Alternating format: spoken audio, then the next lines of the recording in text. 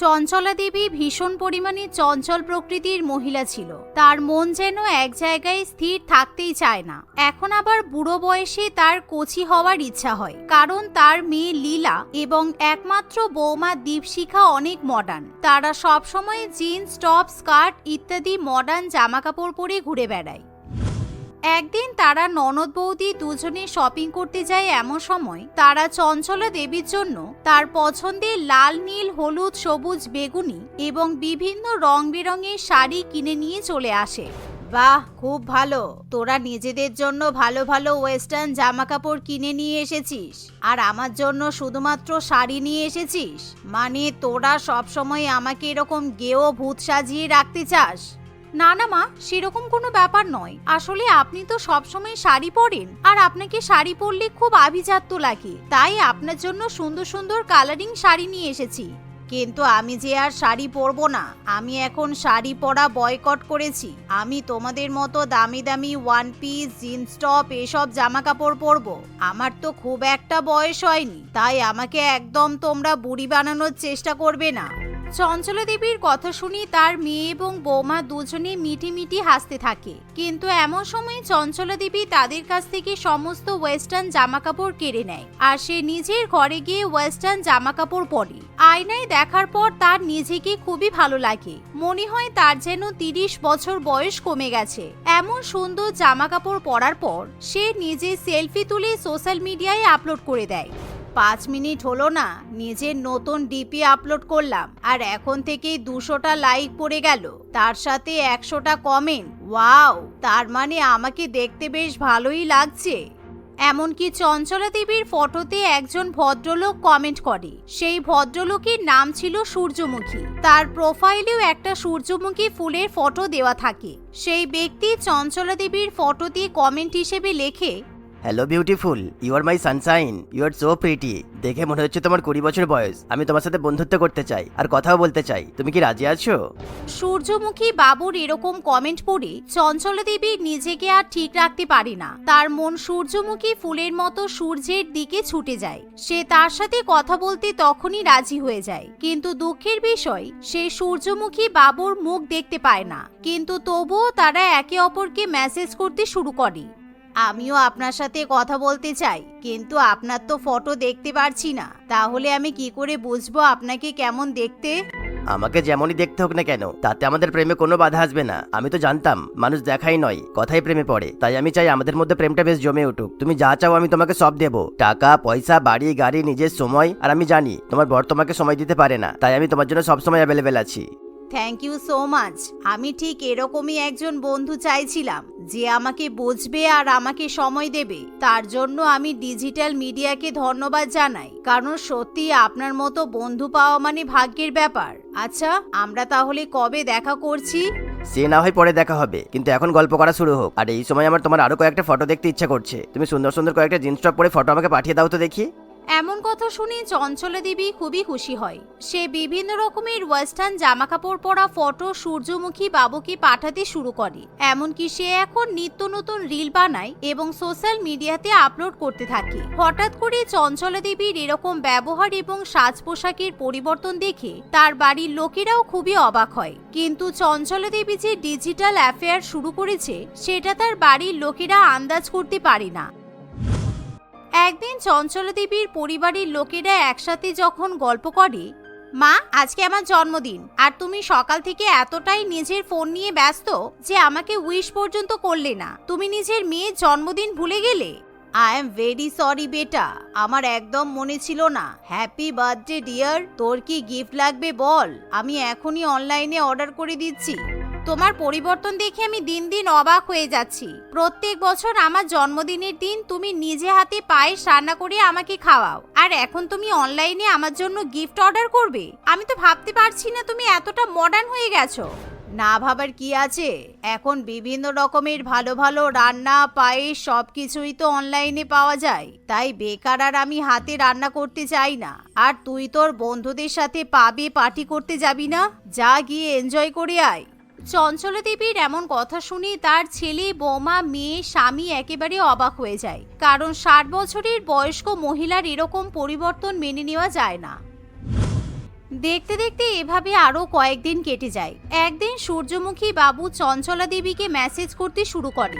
High my beautiful queen pretty lady, are you busy? Please talk to me. আমার তোমাকে ছাড়া মন লাগছে না। আজকে তুমি বলেছিলে যে বাদল বর্ষা বিজলিতে একটা রিল করে আমাকে পাঠাবে। কোথায়? আমি তোমাকে দেখতে পাচ্ছি না কেন? আমার তো ভালো লাগছে না। এই বলে সূর্যমুখী বাবু বারবার চঞ্চলা দেবীকে ফোন করতে থাকে এবং তাকে বাড়ি বাড়ি মেসেজ পাঠাতে থাকে, কিন্তু চঞ্চলা দেবী তখন তার পরিবারের সাথে বসে থাকায় সে কিছুতেই তার ফোন ধরতে পারে না কিংবা মেসেজের রিপ্লাইও দিতে পারে না। কি ব্যাপার বলুন তো মা, বারবার আপনাকে কে এতবার ফোন করছে আর আপনি ফোন কেটে দিচ্ছেন? যদি গুরুত্বপূর্ণ কিছু হয় আপনি ফোনটা ধরুন। না, আমার আসলে সোশ্যাল মিডিয়াতে একটা ফ্রেন্ড গ্রুপ আছে, ওরা বারবার ভিডিও কল করছে। যাও তোমরা তোমাদের মতো কাজ করো, আমি ঘরে গেলাম। এই বলে চঞ্চলা দেবী নিজের ঘরে চলে যায় আর সে মিনি স্কার্ট পরে সূর্যমুখী বাবুর সঙ্গে ভিডিও কল করতে ব্যস্ত হয়ে পড়ে। একি ডার্লিং, তোমার ফেস দেখা যাচ্ছে না কেন? তুমি এত কৌতূহল তৈরি করছো কেন বলো তো? আমার তো তোমাকে দেখতে ইচ্ছে করছে। সময় আসলে তুমি ঠিকই আমায় দেখতে পাবে, এখন এত উতলা হয়েও না ডার্লিং। এভাবে দুজনে মিলে ভিডিও কলে গল্প করে। দেখতে দেখতে আরো কিছুদিন কেটে যায়। এমনই একদিন চঞ্চলা দেবী যখন নিজের ঘরে বসে মেকআপ করে তৈরি হয়ে সূর্যমুখী বাবুর সঙ্গে ভিডিও কল করে, তখনই তার মেয়ে এবং বৌমা ঘরে চলে আসে। কি ব্যাপার মা, আপনি এত সুন্দর করে সেজে গুজে কার সাথে ভিডিও কল করছেন? আমরা তো কিছুই বুঝতে পারছি না। নতুন কোনো বন্ধু পাঠিয়েছেন নাকি? আর নাকি কোনো ফ্রডের খপ্পরে পড়েছেন? একদম ফালতু কথা বলো না। নিজের শাশুড়ি মায়ের সঙ্গে কিভাবে কথা বলতে হয় তুমি জানো না? আমার সাথে ভুলভাল ইয়ার্কি মারবে না। আর এবার থেকে যখন তখন আমার ঘরে এরকম মুখ তুলে চলেও আসবে না। ঘরে ঢোকার আগে একবার আমার পারমিশন নিয়ে নেবে। এমন কথা শুনে দীপশিখা এবং লীলা দুজনেরই খুব খারাপ লাগে। দেখতে দেখতে এভাবে আরো কিছুদিন কেটে যায়। এখন চঞ্চলা দেবী এবং সূর্যমুখী বাবু একে অপরকে ভালোবাসার ইমোজি পাঠায়। এমনকি একদিন হঠাৎ করে সূর্যমুখী বাবু চঞ্চলা দেবীর বাড়ির অ্যাড্রেসে রোজ ডে, টেডি ডে উপলক্ষে গোলাপ ফুল এবং টেডি বিয়ারও পাঠিয়ে দেয়, যার ফলে চঞ্চলা দেবী খুবই আনন্দিত হয়। কারণ আজ পর্যন্ত তার স্বামী তাকে কখনো গোলাপ ফুল, চকলেট, টেডি কিছুই উপহার দেয়নি। আমি খুব লাকি, আমার বয়ফ্রেন্ড আমাকে ভীষণ ভালোবাসে, আমাকে কত সুন্দর সুন্দর গিফট কুরিয়ার করে পাঠিয়ে দিয়েছে। একি মা, তোমাকে এই উপহারগুলো কে দিয়েছে? আজ পর্যন্ত আমি কোনোদিনও গোলাপ ফুল, চকলেট, টেডি এসব কিছুই উপহার পেলাম না, কিন্তু তুমি এত কিছু উপহার একদিনে পেয়ে গেলে। আমি তো কিছুই বুঝতে পারছি না, তুমি আমার বাবাকে ঠকাচ্ছ না তো? চুপ কর, এমন করে কথা বলছিস যেন তোর বাবা শাহরুখ খান। আমি তোর বাবাকে ঠকাতে যাব কেন? ওই বুড়োকে কেউ ঠকায় নাকি?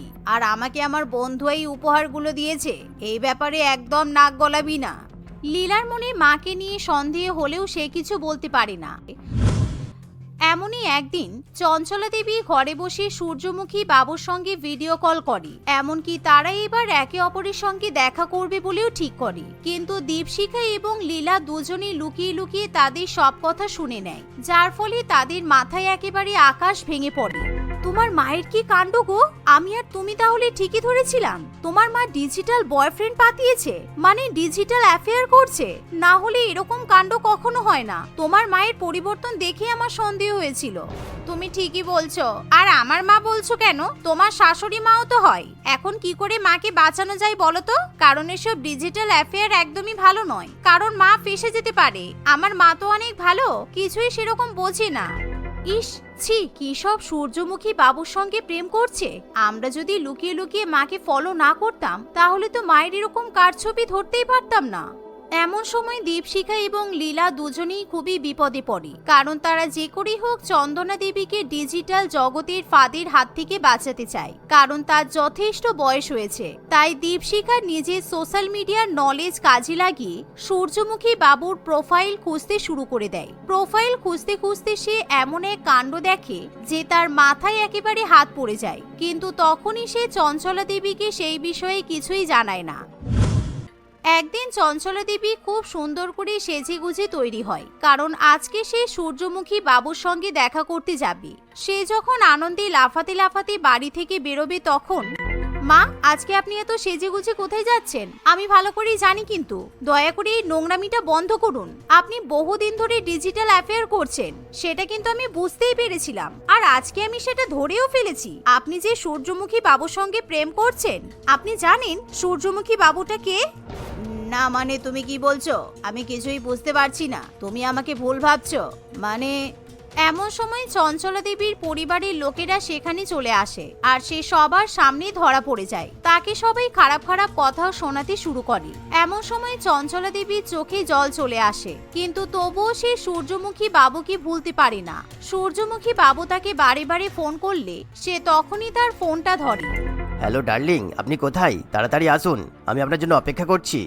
সরি মেসোমশাই, মা যেতে পারবে না। আর আপনি যে কোন দেশের সূর্যমুখী ফুল সেটা আমরা ভালো করেই বুঝতে পেরেছি। আর জীবনে মাকে ফোন করে ডিস্টার্ব করবেন না, কারণ না হলে কিন্তু আমরা আপনার নামে পুলিশ কমপ্লেন করতে বাধ্য হব।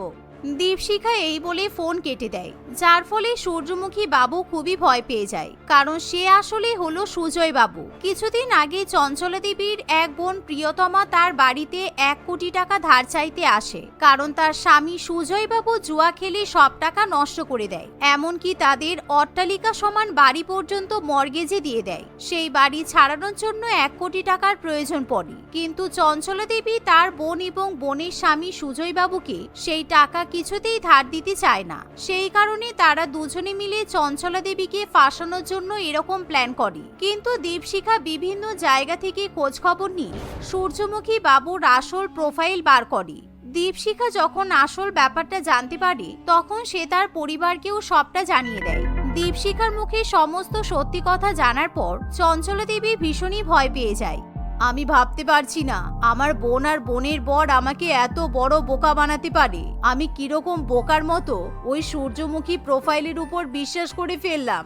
আমার খুব ভুল হয়ে গেছে, আমি আর এরকম কখনো করব না। এভাবেই চঞ্চলা দেবী সবার কাছে ক্ষমা চেয়ে নেয়। তারপর থেকে সে এরকম ডিজিটাল অ্যাফেয়ারের চক্কর থেকে দূরেই থাকে। কি গো, তুমি এসে গেছো বাড়িতে? চাল ডাল আটা সব আনা শেষ হয়ে গেছে। তুমি একটু আরাম করে তারপর আমার যা যা লাগবে একটু এনে দিও তো।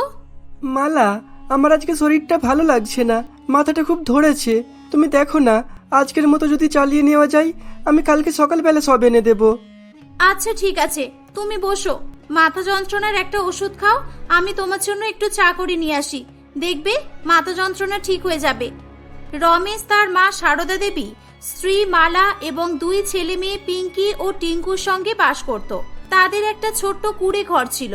রমেশ দিনমজুরের কাজ করত। সে যখন যেরকমই কাজ পেত সেই কাজই সে করত। মাঝে মধ্যে সে কোনো কাজও পেত না, আবার মাঝে মধ্যে সে খুব ভালো কাজ পেত। কখনো কখনো তাদের মাত্র 100-150 টাকা দিয়ে সংসার চালাতে হতো। কিন্তু রমেশের স্ত্রী মালা খুবই বুদ্ধিমতী একটি মহিলা ছিল। সে সবসময় তার সংসারের অভাব অনটন মেটানোর চেষ্টা করত।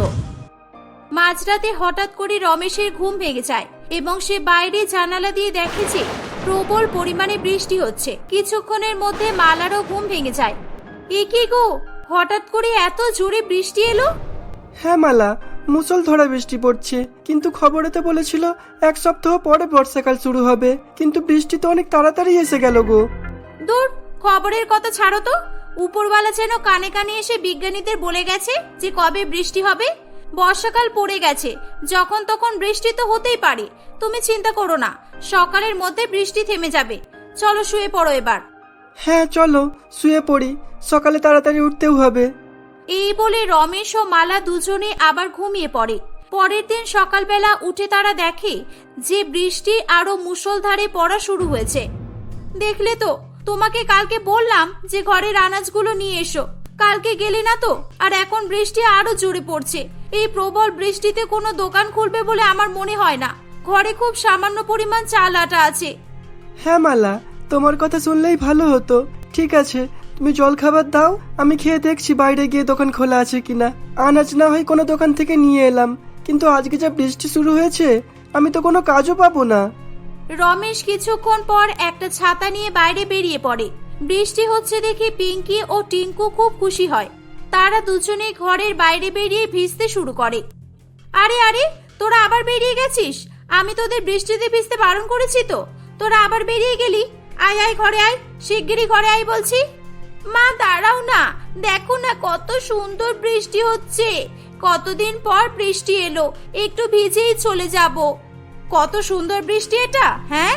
বৃষ্টিতে ভিজে শরীর খারাপ হলে তখন আর এক বিপদ হবে। তোরা ঘরে ঢুকবি নাকি মার খাবি বল? মা দাঁড়াও না, শুধু 5 মিনিট আর একটু অল্প ভিজতে দাও না। মালা বাচ্চাদের পেছনে বকে বকে তাদেরকে কোনো রকমে ঘরে নিয়ে যায়। ওদিকে রমেশ বাজারে গিয়ে দেখে কিছু লোক মাইক নিয়ে অ্যানাউন্স করছিল যে আগামী 1 সপ্তাহ ধরে বৃষ্টি চলবে। তারা সবাইকে সতর্ক থাকার পরামর্শ দিতে থাকে। রাস্তাঘাটে আর কোনো লোকজনও ছিল না, সমস্ত দোকান বন্ধ ছিল। রমেশ অনেকটা দূরে হেঁটে হেঁটে যেতে থাকে, কিন্তু কোনো দোকান খোলা পাওয়া যায় না। সে নিরাশ হয়ে বাড়ি ফিরে আসবে, তখনই সে একটা দোকান খোলা দেখতে পায়। সে খুব খুশি হয়ে দোকানে যায়। এই যে ভাই, আমার চাল ডাল আটা লাগবে। না না ভাই, আমার এটার মুদিখানার দোকান নেই, আর আমি এটাকে হার্ডওয়্যার্সের দোকান করেছি। পরশু দিনেই খুলেছি, বাইরের বোর্ড পাল্টাতে ভুলে গেছি আর কি। রমেশ নিরাশ হয়ে বাড়ি ফিরে আসে। কালকে তোমার কথা না শুনে অনেক বড় ভুল করেছি মালা। সব দোকান বন্ধ, আজকে ঘরে যা আছে কোনোভাবে চালিয়ে নাও তুমি। কিভাবে চালাবো আমি? চাল ডাল তো একদমই নেই। কালকে দেখলে না, রাতে ভাত কম হয়েছিল। আর কি হবে এখন? শুধু বৃষ্টি থামার অপেক্ষা। মালা, বৃষ্টি এত তাড়াতাড়ি বন্ধ হবে না। একটু আগেই তো বাইরে অ্যানাউন্স করে গেল 1 সপ্তাহ ধরে বৃষ্টি হবে, আর সবাইকেই বাইরে বেরোতে বারণ করেছে।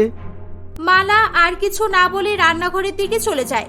পিঙ্কি এবং টিঙ্কু বৃষ্টিতে ভেজার ফলে তাদের দুজনেরই জ্বর সর্দি কাশি শুরু হয়েছিল। মালা তাদের দেখে খুব রেগে গিয়ে বলে, দেখলি তো, তোদের বারণ করেছিলাম তো বৃষ্টিতে ভিজতে, আমার কথা শুনলি না তো। এবার কি হবে দেখ, কৌটোতে সর্দি জ্বরের ওষুধ আছে কিনা, থাকলে একটা করে খেয়ে নে। আমার কথা তো তোদের খারাপ লাগে? বাবা রমেশ, আমার শরীরটা ভালো লাগছে না, কেমন জানি বুকের মধ্যে অদ্ভুত রকমের কষ্ট হচ্ছে, শ্বাস নিতে খুব কষ্ট হচ্ছে আমার। মা, কিছু হবে না তোমার, দাঁড়াও আমি তোমাকে ওষুধ দিচ্ছি। সারদা দেবীর শ্বাসকষ্টের প্রবলেম ছিল, মাঝে মধ্যেই তার শ্বাসকষ্ট হতো। তাই রমেশ সবসময় বাড়িতে তার জন্য ওষুধ এনে রেখে দিত। রমেশ পাম্প মেশিন নিয়ে সারদা দেবীকে দিলে সেটা ব্যবহার করার পর সারদা দেবী একটু স্বস্তি পায়। এভাবেই সারাদিন কেটে যায়। রাত্রিবেলা সারদা দেবীর শরীর আরো খারাপ করে। রমেশ ও মালা দুজনে মিলে তার খুব সেবা যত্ন করতে থাকে। মালা, কি করব বুঝতে পারছি না আমি। মায়ের শরীর তো আরো বেশি খারাপ করছে। বাইরে এত জল জমে আছে, কোনো ডাক্তারও তো পাবো না, আর হসপিটাল তো অনেক দূরে, কোনো গাড়ি ঘোড়াও চলছে না। হসপিটালে নিয়ে যাবই বা কিভাবে? কি যে করি আমিও বুঝতে পারছি না তো কিছু। আমার মনে হচ্ছে এই বৃষ্টির ওয়েদারটা ঠান্ডা ঠান্ডা হওয়ায় মায়ের ঠান্ডা লেগে গেছে। দাঁড়াও, আমি মায়ের জন্য চা করে আনি। দুধ তো নেই, একটু আদা দিয়ে লিকার চা করে নিয়ে আসি। মালা সারদা দেবীকে চা খেতে দেয়, কিন্তু চা খাওয়ার পরও তার শরীরে কোনো পরিবর্তন হয় না। না গো মালা, এভাবে হবে না। আমি এক কাজ করি, পাশের বাড়ির সঞ্জয়ের কাছ থেকে সাইকেলটা নিয়ে আসি। কষ্ট করে মাকে হসপিটালে নিয়ে যেতে হবে। বিপদে পড়ে তোমার মাথা খারাপ হয়ে গেছে নাকি? এই বৃষ্টির মধ্যে মা সাইকেলে বসে হসপিটালে কি করে যাবে, তাও আবার 4 কিলোমিটার দূরে? তাহলে এক কাজ করি, আমি নিজেই হসপিটালে গিয়ে মায়ের জন্য এমার্জেন্সি ওষুধ নিয়ে আসি। কি বলো? হ্যাঁ, এটাই করি। রমেশ তাড়াতাড়ি করে তাদের প্রতিবেশীর বাড়িতে যায়। ভাই, তোমার সাইকেলটা একটু দিয়ে যাবে? আমার মায়ের শরীর খুব খারাপ, ওষুধ আনতে যাব। সাইকেল? কিন্তু আমার সাইকেল তো পাংচার হয়ে পড়ে আছে, নিয়ে যাওয়া যাবে না সাইকেল। রমেশের একটাই শেষ আশা ছিল, সেটাও শেষ হয়ে যায়। রমেশ মনে মনে নিজের উপরেই রাগ করতে করতে বাড়ি ফিরে আসে। সে নিরুপায় হয়ে তার মায়ের পাশে এসে বসে পড়ে। সারা রাত ধরে মালা আর রমেশ সারদা দেবীকে সান্ত্বনা দেওয়ার চেষ্টা করে। পিঙ্কি আর টিঙ্কুও সর্দি জ্বর নিয়ে খুব কষ্ট পাচ্ছিল। তাদেরও খাওয়ানোর মতো ঘরে ওষুধ ছিল না। দুপুরের দিকে মালা সবার জন্য কিছু রান্না করার জন্য রান্নাঘরে যায়। রান্নাঘরে তো এলাম, কিন্তু রান্নাঘর যে একদম ফাঁকা, একটা কিচ্ছু নেই। কালকে তো চিড়া খেয়ে দিন কাটালাম, কিন্তু আজকে আমি ওদেরকে কি খেতে দেব? মালা রান্নাঘরের সমস্ত কৌটো খুলে দেখতে থাকে যদি কিছু পাওয়া যায়। সে একটা কৌটোতে অল্প একটু সুজি দেখতে পায়। এই তো, এতে একটু সুজি আছে, কিন্তু এত কম সুজি, এটা তো একজনেরও হবে না। আর কি করব, এতেই বেশি করে জল আর চিনি দিয়ে সুজি বানিয়ে দিই, কিছু তো একটা ওদের দিতেই হবে। মালা এভাবেই মনে মনে নানান চিন্তা করতে করতে সুজি বানাতে শুরু করে। হে উপরওয়ালা, এবার বৃষ্টিটা বন্ধ করে দাও তুমি। শীতকাল, বর্ষাকাল, গরমকাল সব সময় গরিবদের কষ্ট পেতে হয়। আর কতদিন বৃষ্টি দেবে? এবার বন্ধ করো। এর চেয়ে বেশি আমরা আর সহ্য করতে পারবো না। ঘরে যা ছিল সব শেষ, সবাই অসুস্থ, তার উপরে রমেশের কাজও বন্ধ। মালা এভাবেই মনে মনে বৃষ্টি থামার জন্য উপরওয়ালার কাছে প্রার্থনা করছিল। বৃষ্টি একইভাবে পড়েই চলেছিল। তাদের ঘরের চাল থেকেও এবার টুপটুপ করে বৃষ্টি পড়া শুরু হয়েছিল। নাও, আর এক বিপদ শুরু হলো। এত কিছু কি কম ছিল? ঘরে জল পড়ছে, কি হবে এবার? মালা, তোমার মনে আছে আগের বছর আমি একটা বড় প্লাস্টিক কিনে নিয়ে এসেছিলাম? ওটা কোথায় রেখেছো? বের করো তাড়াতাড়ি। মালা অনেক খোঁজাখুঁজির পর আলমারি থেকে একটা বড় প্লাস্টিক বের করে। রমেশ কোনো রকমে প্লাস্টিকটা নিয়ে তাদের বাড়ির চালের উপর উঠে পড়ে। প্লাস্টিকটা দিয়ে চালের এক পাশের অংশই শুধু ঢাকা সম্ভব হয়েছিল। সবাই মিলে ঘরে যেদিকে জল পড়ছিল না সেদিকে এসে বসে পড়ে। ধীরে ধীরে বৃষ্টির জল তাদের ঘরেও ঢুকতে শুরু করে। জানি না আর কত কিছু সহ্য করতে হবে। কি গো, রাত্রিবেলা বাচ্চাদের কি খেতে দেব? ঘরে যে আর কিচ্ছু নেই।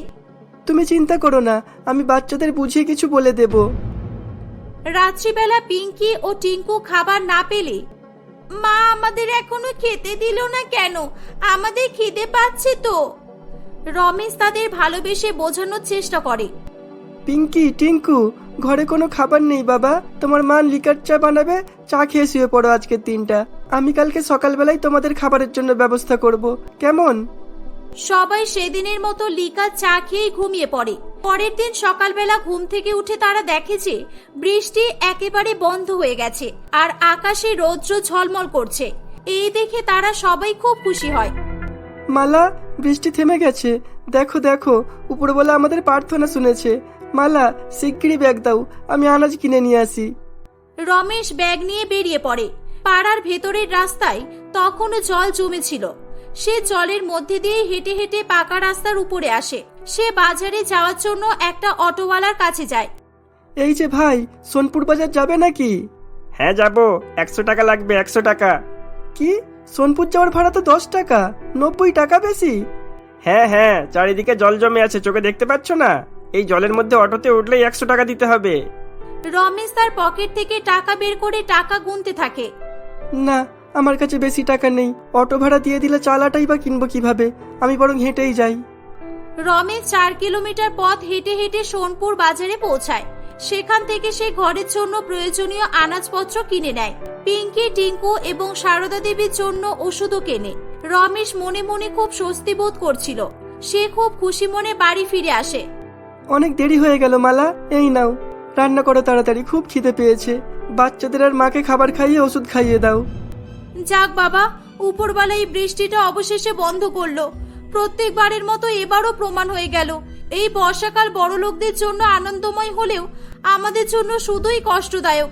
জানি না উপরওয়ালা গরিবদের কপালে কেন এত কষ্ট লিখেছে। হ্যাঁ মালা, আর আমারও এবার শিক্ষা হয়ে গেছে। এবার থেকে ঘরের আনাজ শেষ হতে হতেই আগে থেকে সব কিনে এনে রেখে দেব। আর হ্যাঁ, রাস্তার জল কমে গেলে মাকে নিয়ে হসপিটালে যাব। মালা সবার জন্য তাড়াতাড়ি করে রান্না করে এবং সবাই মিলে একসঙ্গে পেট ভরে খাবার খায়।